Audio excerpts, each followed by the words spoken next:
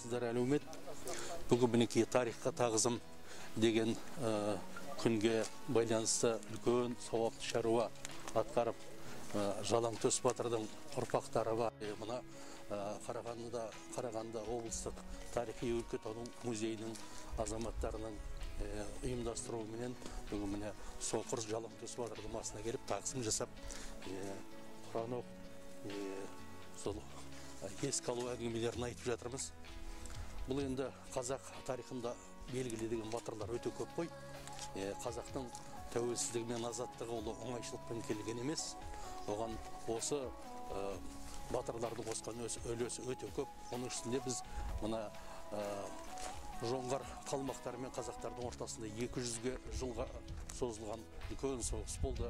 Азаттық жолындағы, қазақтың тәуелсіздігі жолындағы, міне сондағы белгілі деген үлкен батырлардың бірі осы Жалаңтөс батыр. Қасында мазардың жанында тұрмыз. Бүгін енді мынау тәуелсіздік тағзымы деген күнге байланысты музейдің қызметкерлері осындай бір жақсы істі қолға алып жатыр екен.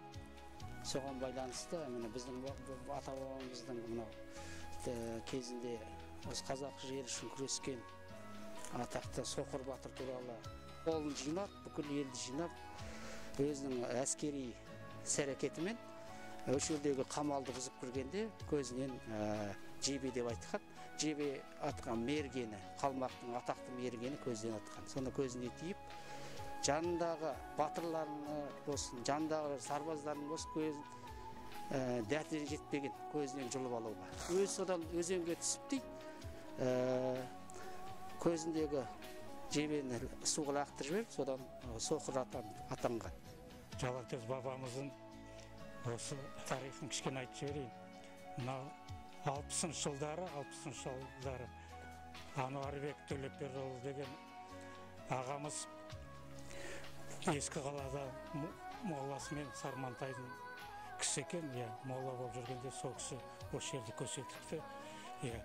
Осы жерде сіздердің бабаларыңыз жатыр деп. Одан кейін мынау 70-ші жылдары жаңағы ағамыз Ануарбек Төлепбердіұлы мен біздің үлкен әкелеріміз Көкбай Зікірия деген атақты шопан болған сол кісілер келісіп, Қостанай жақтан әкеп, Көктасты қойды.